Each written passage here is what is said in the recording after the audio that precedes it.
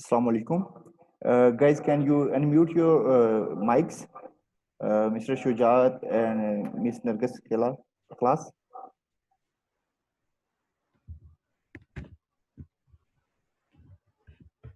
Hello. Hello, welcome. Yes. Hi, Zaman. Hi, how are you? Fine, thank you. Actually, our third speaker is late, so we will start this right now. Okay, so good.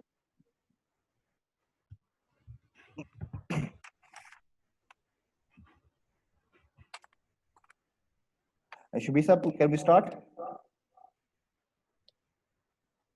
Okay. Welcome to all who are joining this webinar, Young Activism, Kashmir and Nagorno-Karabakh on Zoom and YFK official Facebook page. This is a very important topic because 1.5 billion world's population is youth, and they can be used as agents of change by providing them opportunities in conflict resolution and to achieve the peace in the world. We are doing this webinar a day before the anniversary of Kashmir accession to Pakistan, when on 19 July 1947, the leadership of Kashmir decided to join Pakistan after the partition of subcontinent. But against the wishes of people of Kashmir, India occupied on Kashmir lands. From last 73 years, the youth of Kashmir running their freedom movement. They are demanding their right to self-determination as it was promised by them, by India to them at UN. And youth have a very important role in this freedom struggle. This thing is not.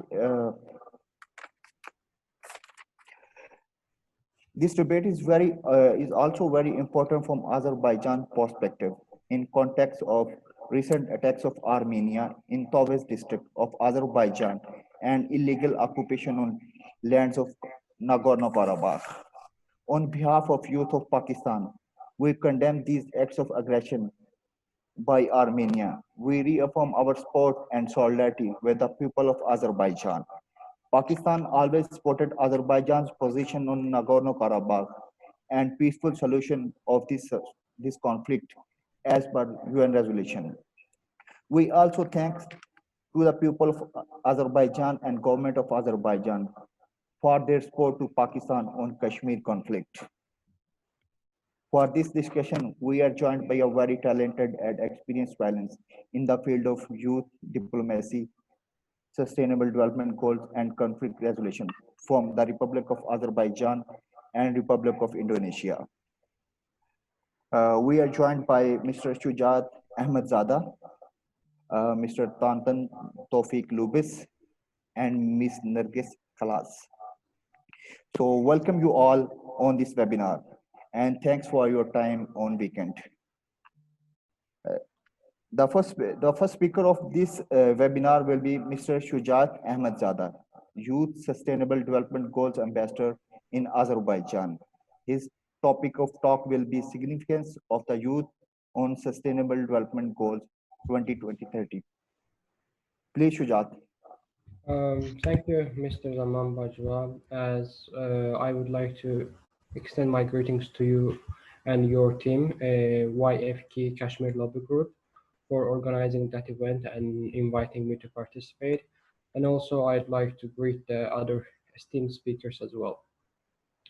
As you very correctly mentioned, these days we observe the escalation on the border between Armenia and Azerbaijan in the northwestern district of Azerbaijan named Tavuz. For now, situation is very calm, but in the past 3 and 4 days, we observed a lot of casualties from both sides, and which resulted in the human loss. So that topic brought importance of the sustainable development goals once again to the publics of the Azerbaijan, Armenia, and as well as to the whole world at large. Because I am representing the Sustainable Development Goal 16, peace, justice, and strong institutions. Therefore, I'd like to especially emphasize the importance of that goal in the context of the Nagorno-Karabakh conflict, as well as in the conflicts in all over the world, in particular Kashmir conflict as well. So, what we can do, what especially the youth can do in order to achieve this goal? In order to firstly define this sustainable development goal, we should understand the term of the peace. What does it mean? What's the meaning of the peaceful resolution of conflict? As you mentioned before, that you are supporting the peaceful settlement of the Nagorno-Karabakh conflict as well as Kashmir conflict. So, what does it mean? What does it mean? Firstly, peace has a lot of terms, meanings, but the very popular of them is the absence of violence. Absence of violence. That term, that definition could be found in the many political guidelines, books, and in the works of the prominent scholars, as well as from the Harvard Law School. We can say that peace means absence of violence. So there is no violence. That's why prominent scholars are dividing peace into two categories. One, positive peace, and the second is negative peace. What does it mean? Negative peace is something that there is no violence. So you are not killing anyone and they are not killing you as well. So you are staying at your places and just you are not interfering to each other. But what does the positive peace mean? It means that in all levels, in the personal level as well, you are achieving the peace. So it is very hard to achieve, as well as a complicated and needs a systematic approach to achieve as well. So initial goal of the government of Azerbaijan, as well as the many other governments that suffer from the conflict, is to achieve the negative peace. I mean, to achieve the absence of violence. In order to do that, in 1994, Azerbaijan and Armenia signed ceasefire agreement in order to show that yes, we suffered a lot, so let's proceed to the political negotiations in order to find a negative peace, at least a political settlement for the conflict. But unfortunately, during that 30 years, political negotiations hadn't brought any outcomes that can be felt by the communities of Armenia and Azerbaijan. And that's why kind of political negotiations went in some point that no one sees any perspective from that. So that's very dangerous, I mean, tendency. Why? Because if the political negotiation is going to the point that no one can achieve anything, it means that it will create more vicious cycles. It means it will create more new local warfares, which we can saw from the example of Armenia and Azerbaijan. First, it is not the first time that we are observing such kind of incidents on the border.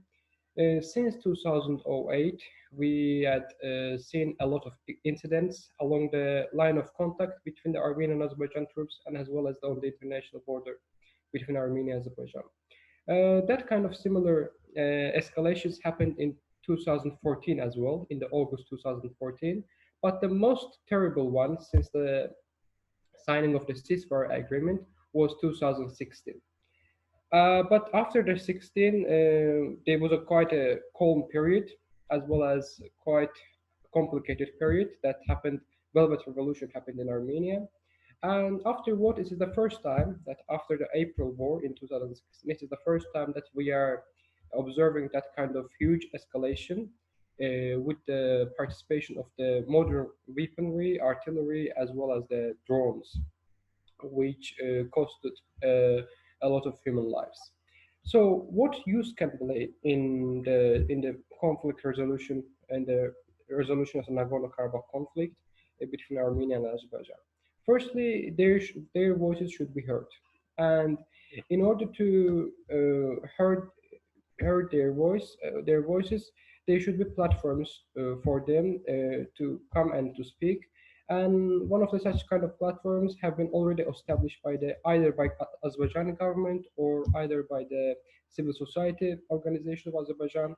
Uh, one of that examples is the Armenia-Azerbaijan Peace Platform that initiated by the Azerbaijani side, but hadn't brought any practical outputs. Why? Because if there is no political settlement, confidence building measures will not how to say show its 100% impacts on the settlement of the Nagorno-Karabakh conflict. So today there is a new generation, both in Armenia and Azerbaijan, that never saw maybe each other because once in Armenia there were a lot of Azerbaijanis as well as in Nagorno-Karabakh, but today the youth who grow there, they hadn't saw their neighbors, as well as there are a lot of youth in Azerbaijan, the new generation, who hadn't saw these lands, occupied lands of Azerbaijan. But why they support territorial integrity, why they are willing to return to these lands, the lands which they never saw, because of the feelings and the empathy that's embedded in their personal ideas, personal thoughts.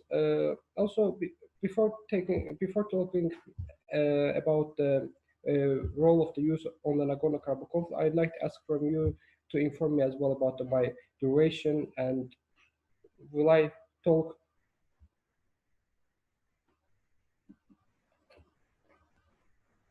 You can talk in detail. You can tell us the story of the people of Nagorno-Karabakh and the role of youth. Okay, okay.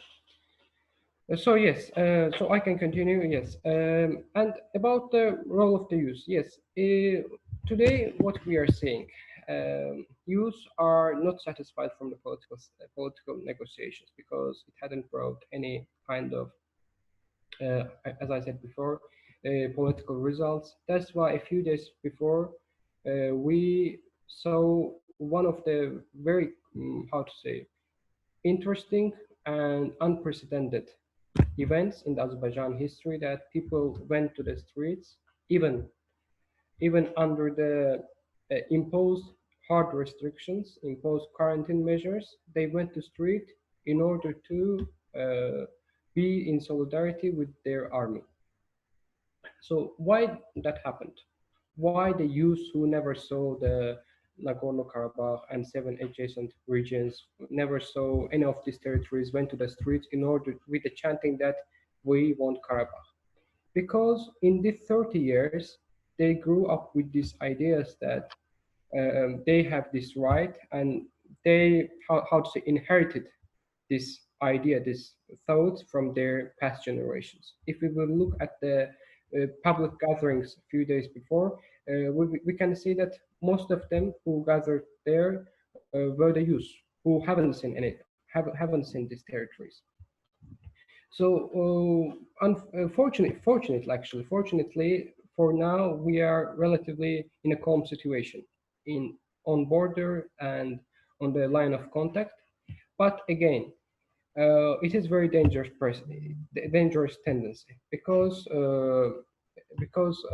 as I said before, if there is no political settlement, there will be more similar ceasefire violations in the future, and youth can prevent it, but their voices should be heard, and their heard voices should be transformed into political settlement, because I am pretty sure that youth of Azerbaijan wants peace. They don't want to lose any, they don't want to see human suffering.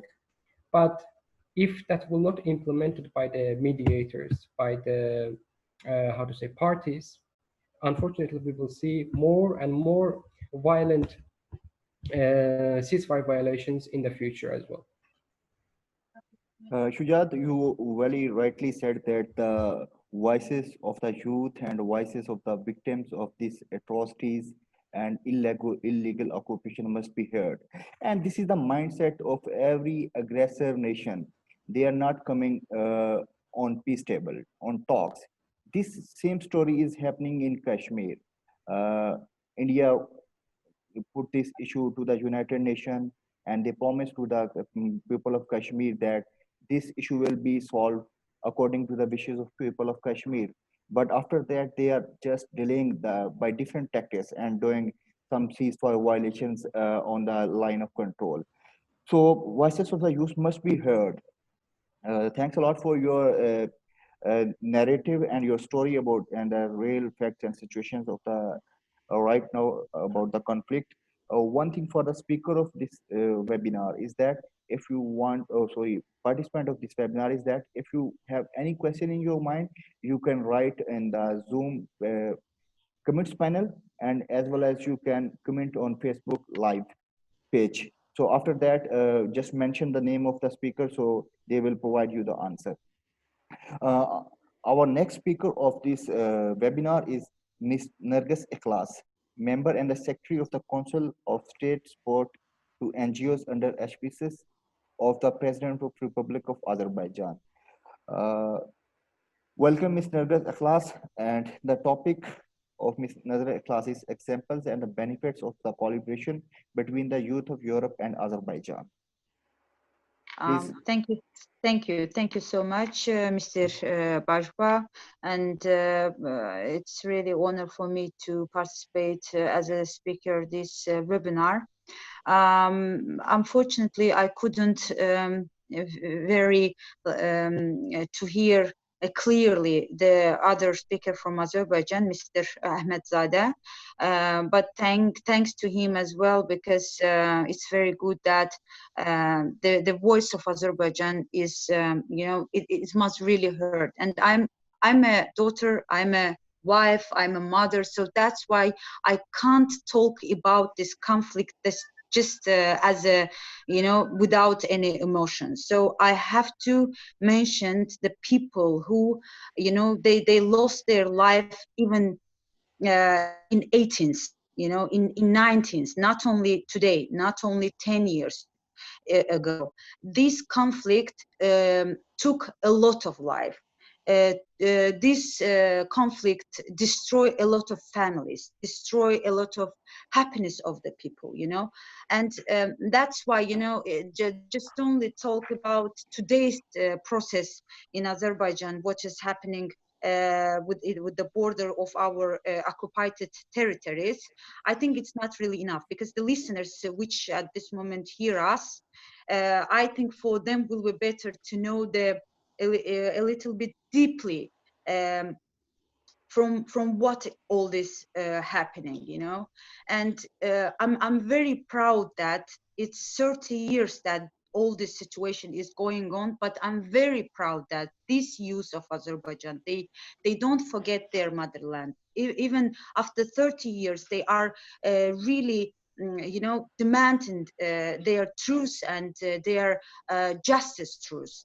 For instance, I have to inform you that of course, perhaps about this conflict, you are getting information from the Google, from some internet informations. But when I'm researching, I see that not everything is, everything is clearly giving information. So perhaps some.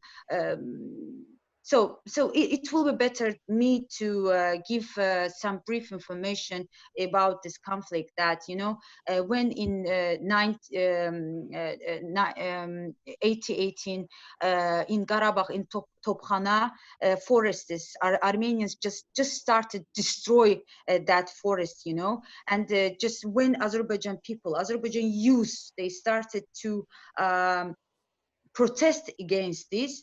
Today, Armenians says that this protest was against Armenians, but it wasn't, where I live in Baku, my mother, my grandma, they said that we lived with Armenians together. We had neighbors. We lived very peaceful. We lived together, and we didn't have any problem together with them. So, it's reality that just only some politicians, some historians just started to spoil brain of Armenian people, boil that we can't live together with Azerbaijans or something like this, and this is the reason all of this, the lie which is created by some people, and we know that this lie will be like the end, the justice exactly will be happened because, you know, the youth of Azerbaijan know what they want. They know their own motherland. And but, you know, in that period, in 1818, Soviet Union was exist, the empire was exist. But despite this, Azerbaijan youth protest against that, not against Armenians, against what exactly happening, that their forests is just destroying, you know. And then in 92, a result of this territorial claims of Azerbaijan, you know, that the war is started from Armenian side. And you know, now we say that Azerbaijan, the first Karabakh war, so Azerbaijan lost their territories, but there were huge reason for this. You know, when Azerbaijan was a part of Soviet Union, that period, that area got a lot of things from Azerbaijan. Economical and social, you know, just everything was paralyzed. That's why after getting independence, it was really hard to just to make a war with the neighbor. You know, Azerbaijan people is very peaceful people. The war for us, it's you know, it's just it doesn't make any sense for us. And when you just got independent with the blood, because in 19th you see that in January Soviet Union armed force, they just went to Baku and they killed a lot of people just because they wanted independence. So after all this, when Azerbaijan people got independence, and suddenly your neighbor, which you lived together as a brother, long time, and suddenly they say that, you know, we can't live with you. You are so, I don't know, something, and that's really hard to live with you, and we want just to separate. And this is also doesn't make any sense. If you don't want to live with me, you can go to another country, which you have that country. How you had your country, I don't want to go deeply to the historical points. How now they have Yerevan. I will not mention and touch this issue, but so you don't want to live with me, you can go to your own country. So why you have to demand another part of territory that, no, I will live here, but not with Azerbaijanians, and not only with Azerbaijan. Today in Karabakh, there is no one, you know, no other nation in that place. Even Armenians doesn't live there, and it's normal because everything is destroyed there. There is nothing, no any condition to leave that places. And we know that Armenian government forced some Armenians, very poor Armenians, to go and to live in that territories, in Azerbaijan territories, Karabakh. But of course, for people, it's very hard because there is no any condition to live there. And you know, when we see all this, you know, like a fairy tale, which they've just created, and so what, you know, so what? This is the question. And each time when I'm traveling to the different countries, and especially to the Europe, and we are holding some events, and in that events we are meeting with the Armenians, you know, there is no answer for this question. If you okay, you occupied this territory, okay, you now you have a voice that I have this part of land. So if you don't live there, if you don't use that territory, if that territory is just buffer zone and shame for the region, shame for the world, so why you did this? Why you did this? There is no answer for me, and I couldn't, never ever got any answer from other side of the youth side, you know. And yes, okay, and but when all these things in the war, I mean, in 1992, the war is started, immediately at this period, UN, I mean, United Nations Security Council, for that reason, adopted 4 resolutions and called immediately, unconditional and full withdraw Armenian armed force from the territories of Azerbaijan. And today, Armenia just make themselves as a blind, you know, they don't see this resolution, they don't respect international law and the international organization just doesn't exist for them, you know. And what is the horrible part of these things, that international organizations all these things very silent, you know, very silent. There is no any pressure on this unrespectable view to international law.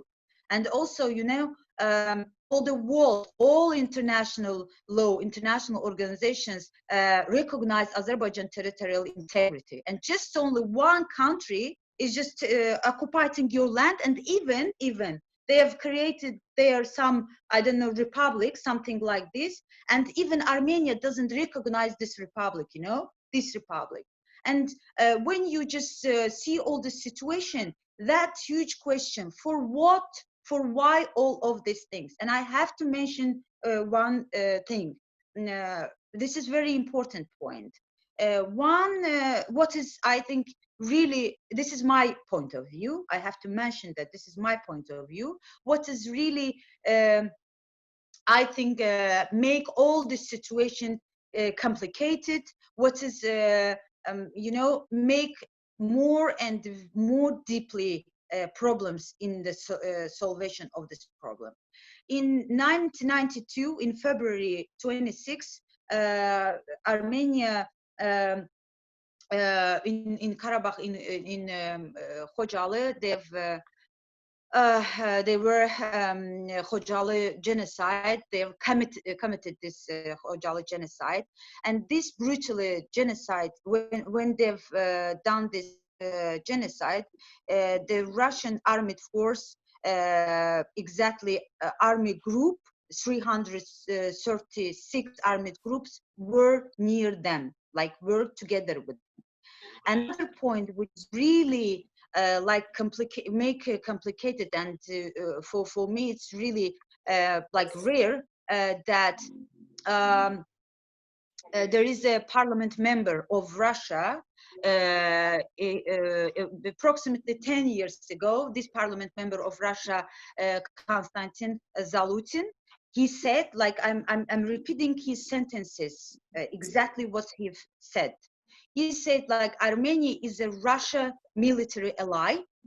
If any country who will attack Armenia, we will defend them with our troops there. Where? In Gömrü.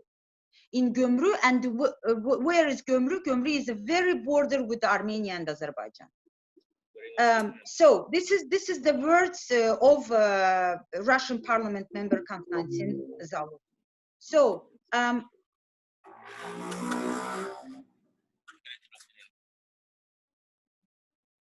are you hearing me?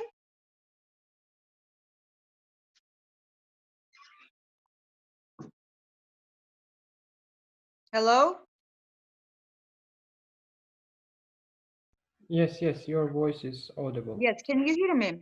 Yes. Yeah, we can hear you. Yeah, is my voice went? Because I think that you couldn't hear some of my points, no? Or you can hear me? We were getting you. We are getting you. Please continue. Okay, so yeah, and from my side, as a young person of my country, my region, because it's very important in our schools. Always our teacher teach us, like, don't think that you are only a citizen of this country. Think like you are a citizen of this region, of Caucasus region, you know. That's why when we are discussing and when we are just discussing some matter of this region, we can't only say our opinion from the Azerbaijan side. We want to think more wild, you know, and that's why this part for me, what Mr. Konstantin Zalutin said, Zatulin said, it's really, you know, it's really strange to me. So all these things make this matter, this conflict, more hard and more deeply. And still today, that's why we have, can't reach any exact solution of this. And so, yes, in 1994, we both sides achieved the peace, and but still today, Mr. Ahmedzadeh already mentioned all these things that in 2000, in 2014, 2016, and almost every day gunfire doesn't stop in that territories. But today also, like 3-4 years ago, there were huge gunfire there as well, and we lost some approximately 10 military servants there. But okay, to lose military servants, we can understand this because this is war is continuing. But a huge question, how it's possible the residents are killing, the residents' house are killing, their house are shooting, are bombing, and the one person, he's Azizov, he's just killed at his house, This is not the rule of war. This is very wild, and all this situation, all this process, what is happening now at this moment in our territory must be done.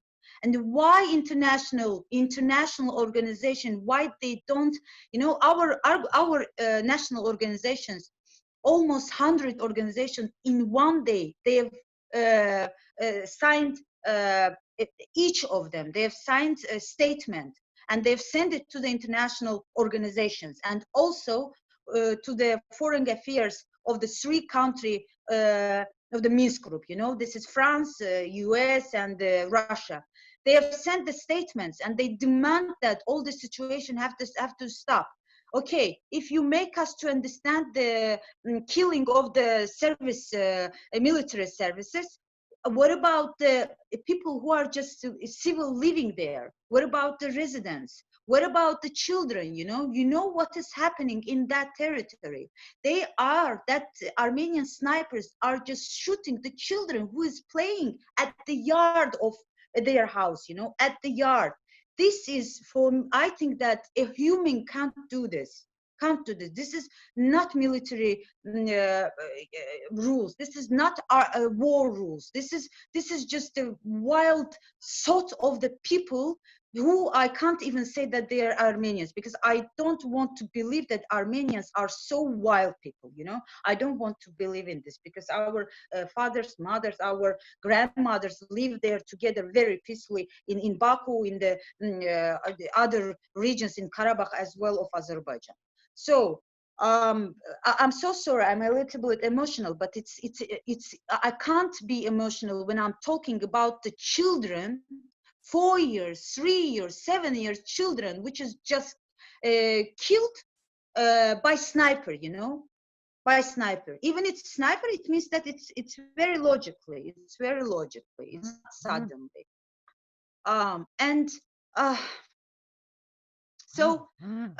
But what is really nice, that the youth of Azerbaijan, they don't stop.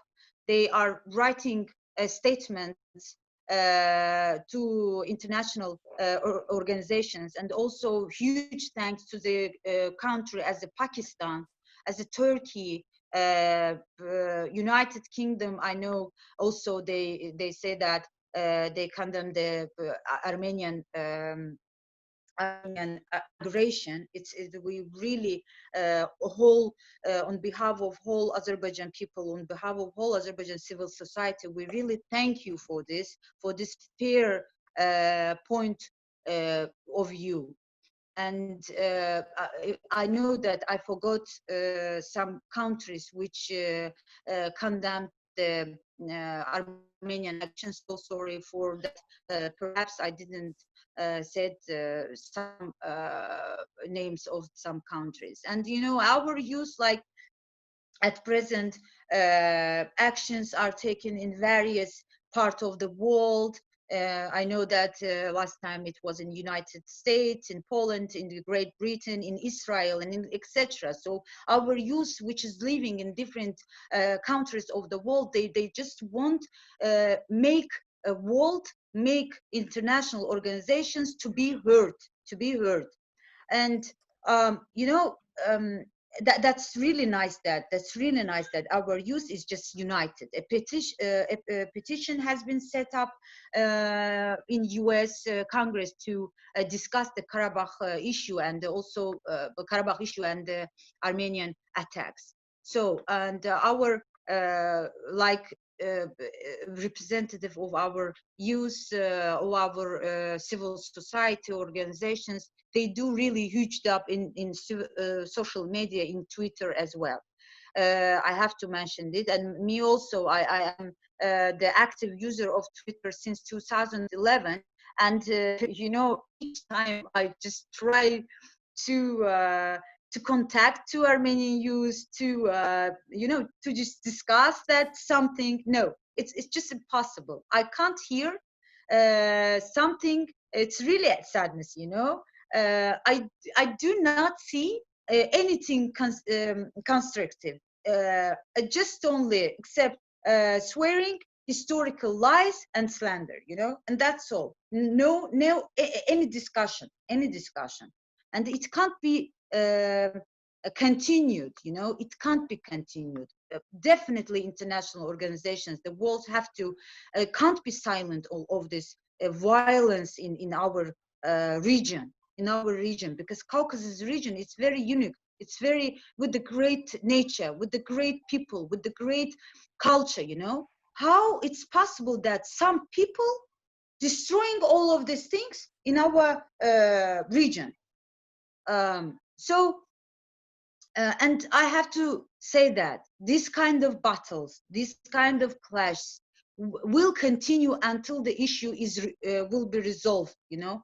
If not exact salvation of all this conflict, of course, with the territorial integrity of Azerbaijan, these battles and clash will be continued. Definitely all of this will be continued. And Armenia complains the world that Azerbaijan must stop the fight.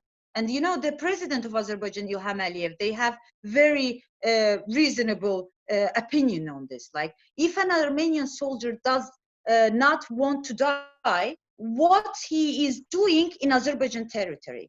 It's so simple. It's so simple, and that's it.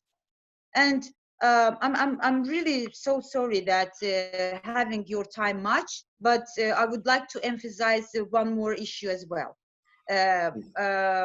You know, journalists are beaten in Armenia, and the opposition political party Rigizaryan died after 53 days of hunger strike protest, you know, and silence from international organizations side. Why we see these double standards when some very few thing is happening in Azerbaijan? All international organizations are starting to criticize Azerbaijan. Azerbaijan, you do this, why you do this, why you do so.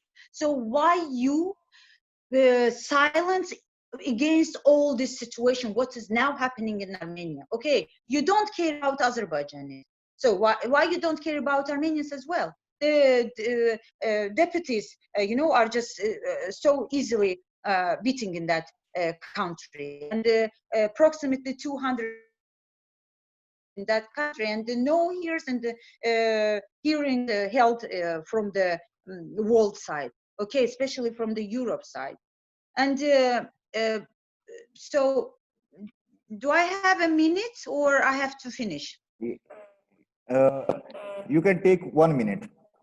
Okay, I'm so sorry, but the issue is so sensitive. It's so sensitive that we can understand your emotions. We can understand your emotion, yeah, and the level of your pain. Too hard to be brief. So I'm okay. I'm just I'm going to conclude my speech.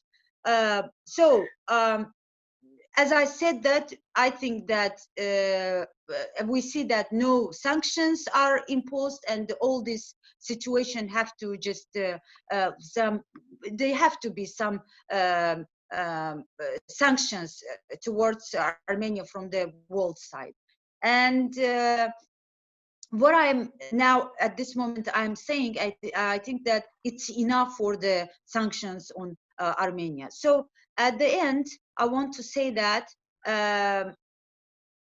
if today Azerbaijan integrity, territorial integrity will be implemented, and this conflict will be end with the territorial integrity of Azerbaijan, believe me, Azerbaijan is going to give the highest autonomic to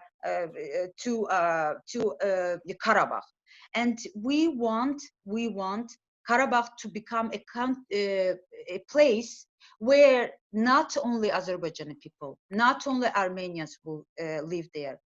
People of the world can very comfortable live there, you know. And this is the main message from our side, which we want to convey to the world.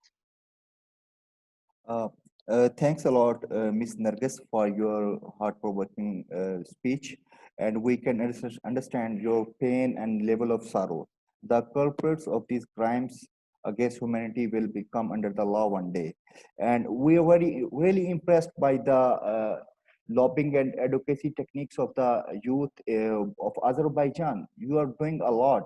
You are just doing advocacy on the modern levels, and one day your voices will be heard in the international community as well.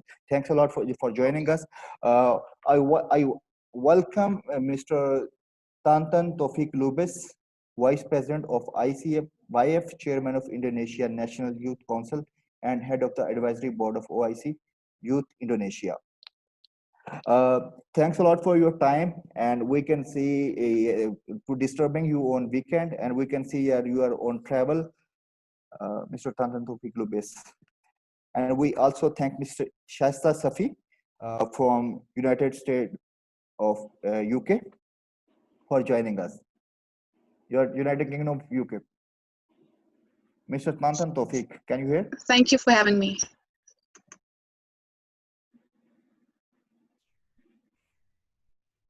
Tantan, can you hear me?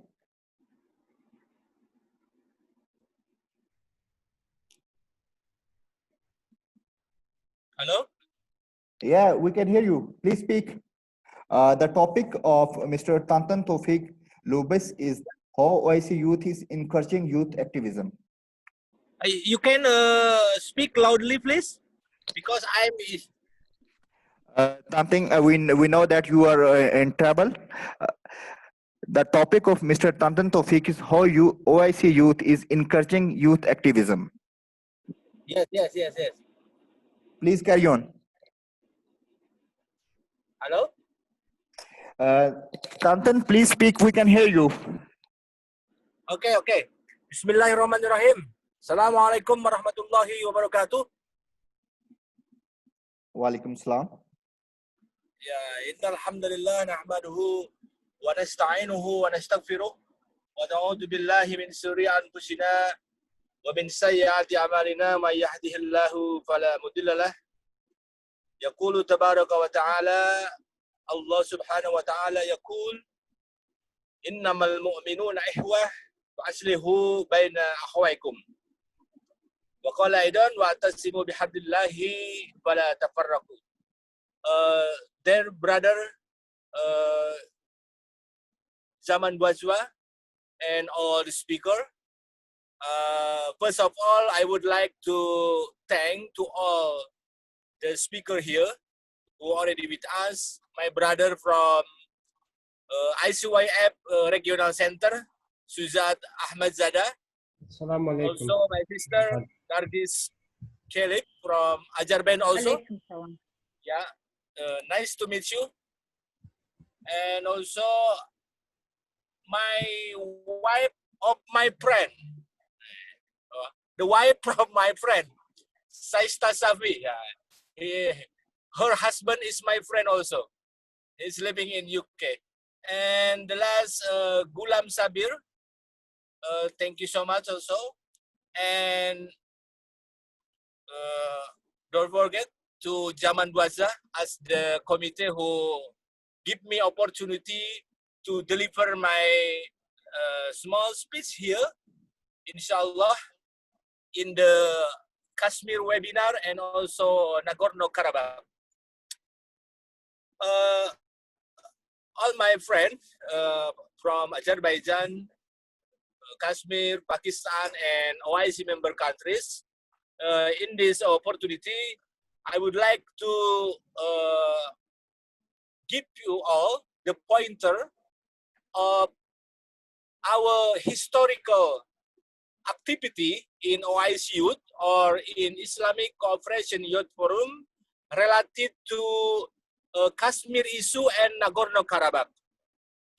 Firstly, about the Kashmir, as we know, Indonesia and Pakistan have long relation from the beginning of Pakistan when Ali Jinnah, the founding father of Pakistan, built the nation, is already connected with Indonesian leader under President Sukarno and Muhammad Hatta in Indonesia. Indonesia and Pakistan also and Kashmir have long history in not only in government to government connectivity, but also in personality and also in a trading company. So many people from Kashmir make some business and connectivity in economy from 45 years ago.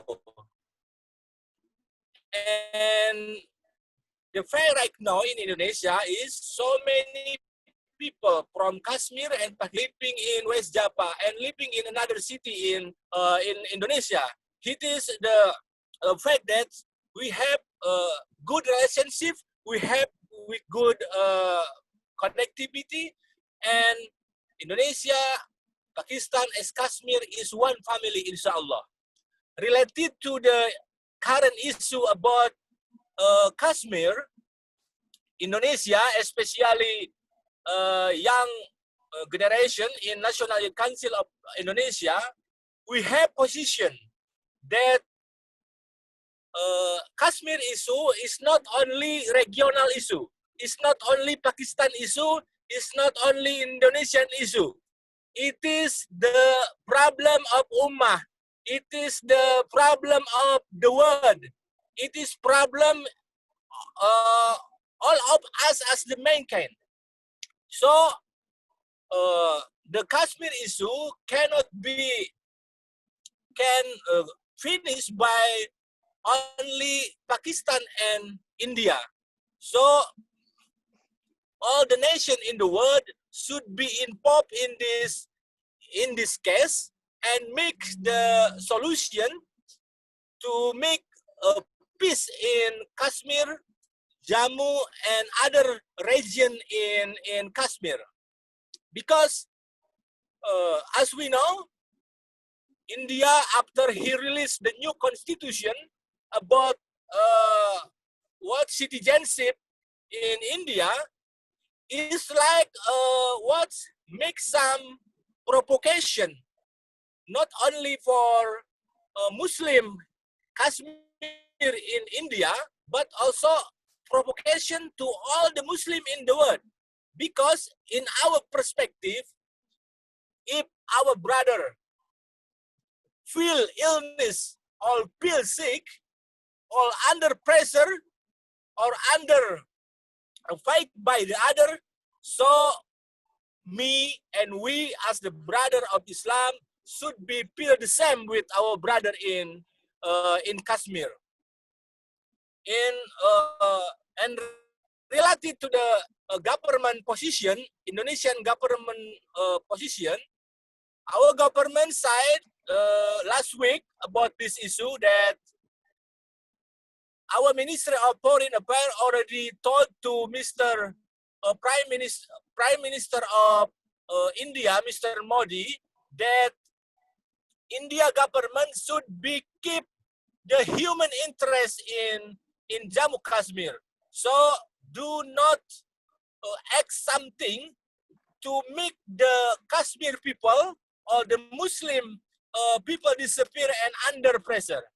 So Mr. Modi and the Indian government should be put the Kashmir position, Kashmir people as the independent people who have rights to get impunity, to get concession from the government of India. And then now Indonesia actually have good relation also with India, but especially in this case, our government, Indonesian government, have the special position that we are in the right hand, in the side of the Jammu Kashmir brother, inshallah, until now. So Indonesia will stand forever, will stand forever beside the people of Kashmir and Jammu and another Muslim in India, inshallah. I think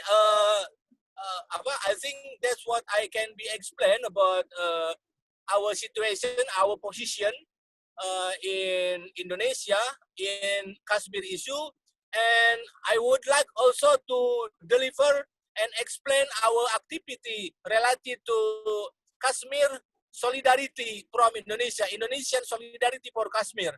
We have so many activity from 35 years ago about Kashmir issue. You know, I am alumni of the Islamic boarding school.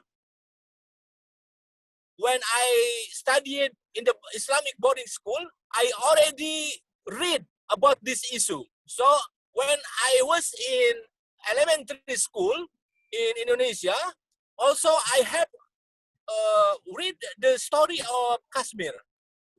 So many activity when I in the elementary school, when I in the high school, and when in the university, and also when I in the youth organization right now, we have so many activity related to support the fighting of Jammu Kashmir people to get their right, not only right to living, not only right to democracy, but right to independent also, inshallah, brother. I think there's a little explanation about the Kashmir issue. I would like to jump to the Nagorno-Karabakh issue. Actually, Indonesian National Youth Council and OIC Youth Indonesia already connected to the Azerbaijan since Azerbaijan became the independent country after separated from the Union Soviet. And 5 years after that, Indonesia sent the ambassador and make some diplomacy relationship between Indonesia and Azerbaijan. And alhamdulillah, until now, Indonesia and Azerbaijan have very strong relationship between both. You know, in this case, in Nagorno-Karabakh case, more than 100 member parliament of Indonesia give the sign to support the territory of Nagorno-Karabakh in Azerbaijan. When the previous ambassador Azerbaijan to Indonesia, before Ambassador Jalal Mirzaev, already took many support from the member of parliament in Indonesia. Almost all of representative from political party in Indonesia is already give the sign to this petition. You know, as we know, the ambassador from Azerbaijan in Jakarta is very active. He is very humble and always come make special approach to all the component in Indonesia. Not only approach the member of parliament, but also approach to the Islamic organization like Muhammadiyah, like Nahdlatul Ulama, like Persatuan Islam, Hizbatul Waton, and Al-Wasliyah, and also another public organization in Indonesia.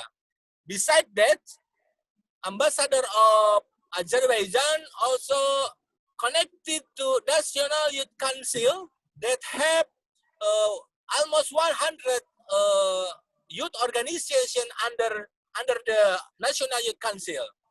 Right now, when the February,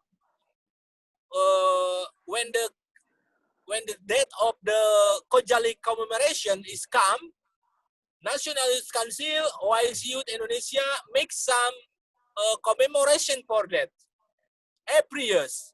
And already 4 years until now, we already make some program to support the Nagorno-Karabakh and commemoration, Kojali commemoration. In this part, and our government Indonesia have position that Indonesian government have strong relationship with Azerbaijan, and it is our obligation to support Azerbaijan government and also Azerbaijan people in every issue, not only in Kojali issue, not only in Nagorno-Karabakh issue, but in all issue that rising in Azerbaijan. Inshallah, Indonesia will support, because Azerbaijan and Indonesia not only state diplomacy relationship, but also Islamic relationship. It is the more important for us. So Indonesia and Azerbaijan, and also in Pakistan and Kashmir, we have no border. We have no border in humanity, in took the relationship between us. So what happened to Azerbaijan, what happened to Pakistan, what happened to Kashmir is also, we are feel the same with you of all. When the people and the army, the general, the major general for Azerbaijan being killed in Nagorno-Karabakh, Indonesian people have the same feeling with all people of Azerbaijan, that we have feel so sad. Same with the people of Azerbaijan in facing this actual moment. So in this moment, I would like to give my stand solidarity for Nagorno-Karabakh, for Azerbaijan, that National Youth Council should be, and it's our obligation to support Nagorno-Karabakh, to support Azerbaijan, and Nagorno-Karabakh is a part of territory of Azerbaijan, inshallah. I think there's a small explanation for me. I'm sorry if I didn't comprehensive to explain my speech, because I still in the tall highway in my car. I'm really sorry. I can give me a comprehensive presentation. Thank you so much. Wassalamualaikum warahmatullahi wabarakatuh. Thanks a lot, Taufiq. You gave a very brief speech about the situation of Nagorno-Karabakh and your solidarity with the people of Nagorno-Karabakh and Kashmir. You rightly said that Kashmir is not the issue of our region, our issue of our territory, or our issue of land. Basically, it's the issue of the humanity. It's the issue of the basic human rights, being a human, that the right to self-determination. So, and your team, OIC Youth Indonesia is very active, and especially Miss Nadia Esther and Nabila, they are doing a lot on Kashmir, and we thanks for all this your active participation throughout the year for on Kashmir. So our next speech, last speaker but not the least, Ms. Shasta Safi. She is lobbyist with Youth Forum for Kashmir, but living nowadays in UK. The topic of talk, role of Kashmir diaspora on Kashmir conflict. So, Ms. Shasta. Thank you very much, Aman Bajwa Sahab, for having me today here. Thank you to every speaker, Shujat Ahmed Zada. I heard your speech and I felt it. Thank you to Taufiq for such kind words and solidarity you have shown with the people of Kashmir as well as with the people of Azerbaijan. And you're right in saying that we are all one without any borders. When something happens in Kashmir, people of Azerbaijan, people of Indonesia, people of Pakistan, even people in Turkey, they feel it. And this means a lot when this comes from people like you who are working on human rights. And this means a lot for the people of Kashmir, for the people like us who are living in diaspora. When we see people like you talking about Kashmir and what's happening in Indian occupied Kashmir nowadays. I like to give a compliment to Ms. Nargiz.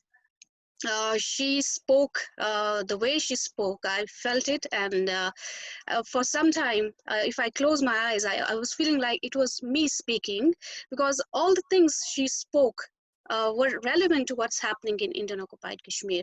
Whatever she spoke, I felt like she's talking about my homeland, Kashmir. When she was talking about 4-year-old boy being killed in his own yard, in his own home yard, I remember the face of 3-year-old Ayad, whose grandfather was killed, and his picture on the chest of his dead grandfather was circulating on social media. I remembered Nehan, 4 years old boy from Indian occupied Kashmir, who went out with his father to get some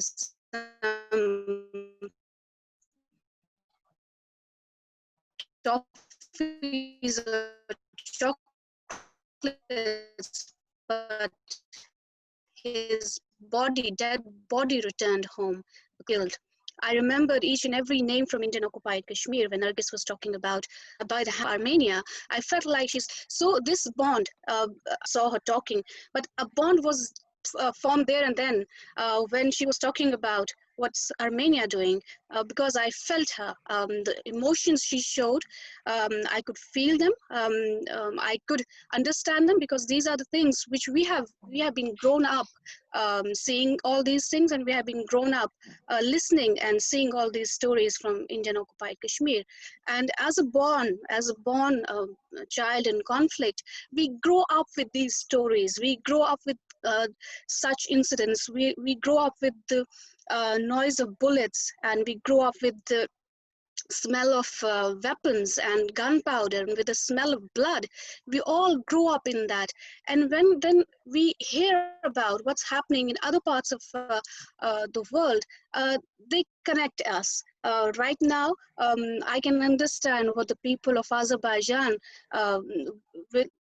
they go through when they see and hear such stories, because we, the people of Kashmir, understand what happens. And we even last time we met in a lady from Azerbaijan, and when I told her that my family is displaced, and one family lives in one part of Kashmir, Azad Kashmir, and other live in Indian occupied Kashmir, she could feel it, because she said that her own family is displaced, and the tears she shown, the tears, I could feel them, because we know how families grow when they are living in displacements. So this webinar, it's unique in this way because it connected people from different parts of the world, but their story are similar. I could completely understand what Nargiz, how emotional she must have been, because whenever I talk, people tell me that you get emotional. But yes, emotional is what makes me a human. Otherwise, everything is a machine. They don't have emotions. Emotion is that what makes me a human being, that what makes me to talk about what's happening in Kashmir, or in what's happening in Azerbaijan, or what is Armenia doing, or what is India doing. So I like to compliment Nargiz, and I like to say that keep your emotions high and be as emotional as you can, because this is what makes us human, and this is what makes us a good human being, because we can feel the pain of others. So as we talk about, as my topic, the role of diaspora, activism is really important because there are people who can't talk for themselves. There are people who can't share their stories. There are people who can't narrate their stories. If I talk about Kashmir, there is a complete internet blackout. There's complete media blackout. So the people like us who are from the soil, but they are living in other parts of the world, it is our responsibility to come up and show the reality of what is happening in our part of the world. It is our responsibility, and it is activism of ours, that people will understand, people will show some sympathy, but most importantly, they will show empathy. They'll understand what we are talking about. If I tell you that after 5th of August, when we wanted people to understand what curfew is, what a lockdown is, what Kashmiris are going through when there is no food, what Kashmiris are going through when there is no hospital facilities available, people used to sympathize with us, but they never understood what we are talking about.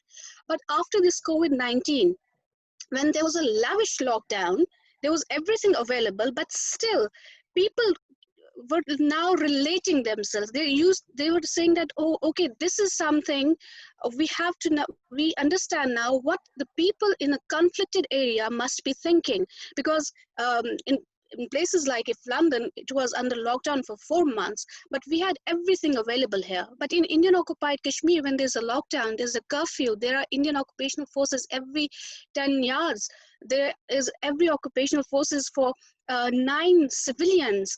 What they must be going through, people started to empathize with us. They understood that this is something, if in a free land we are facing such difficulties, or we are facing that just sitting inside our home, where in UK people are being paid to sit inside their homes and work from their home, still they are feeling, they say that we are feeling mentally ill.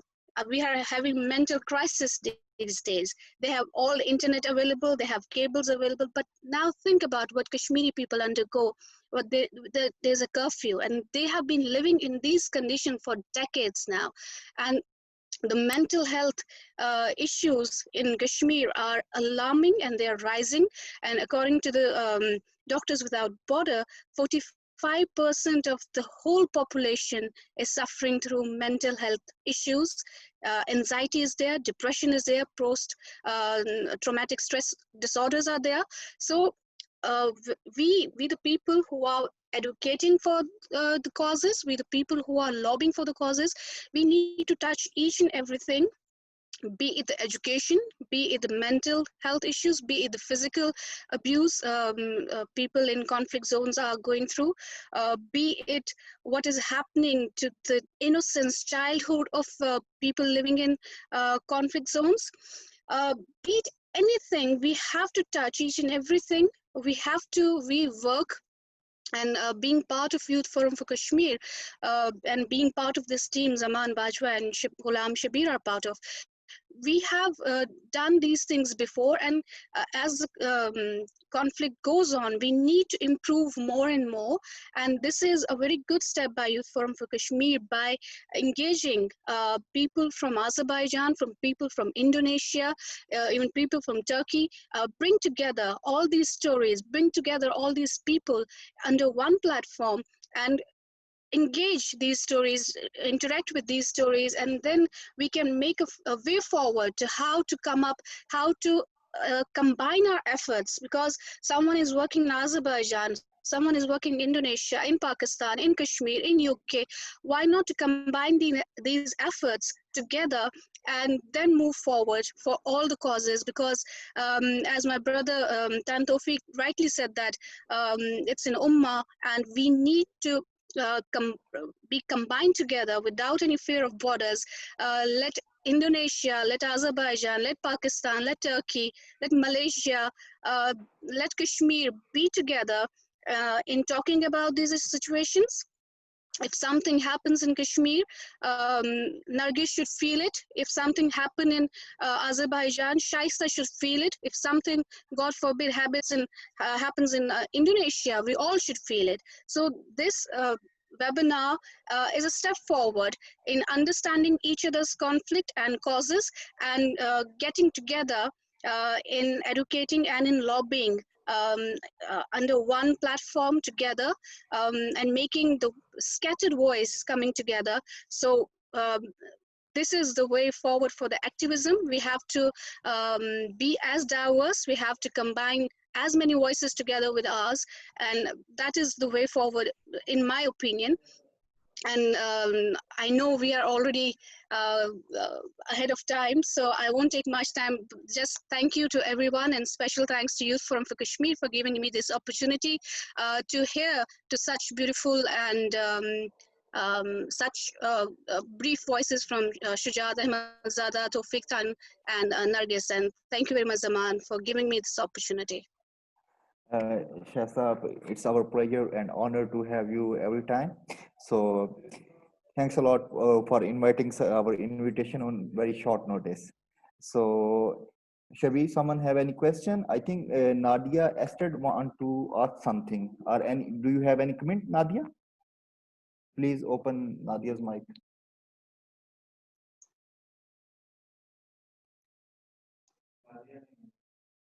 No, I think there is no question. So actually, the purpose of this webinar was that to just invite some people from diverse backgrounds. I met with Ms. Nargiz a few years back in Azerbaijan, and we just sat and decided to do something together. And it is the first step that we are doing a webinar on topic of Nagorno-Karabakh and Kashmir. So as in future, inshallah, we will do such type of activities with Azerbaijan, Indonesia, and UK as well.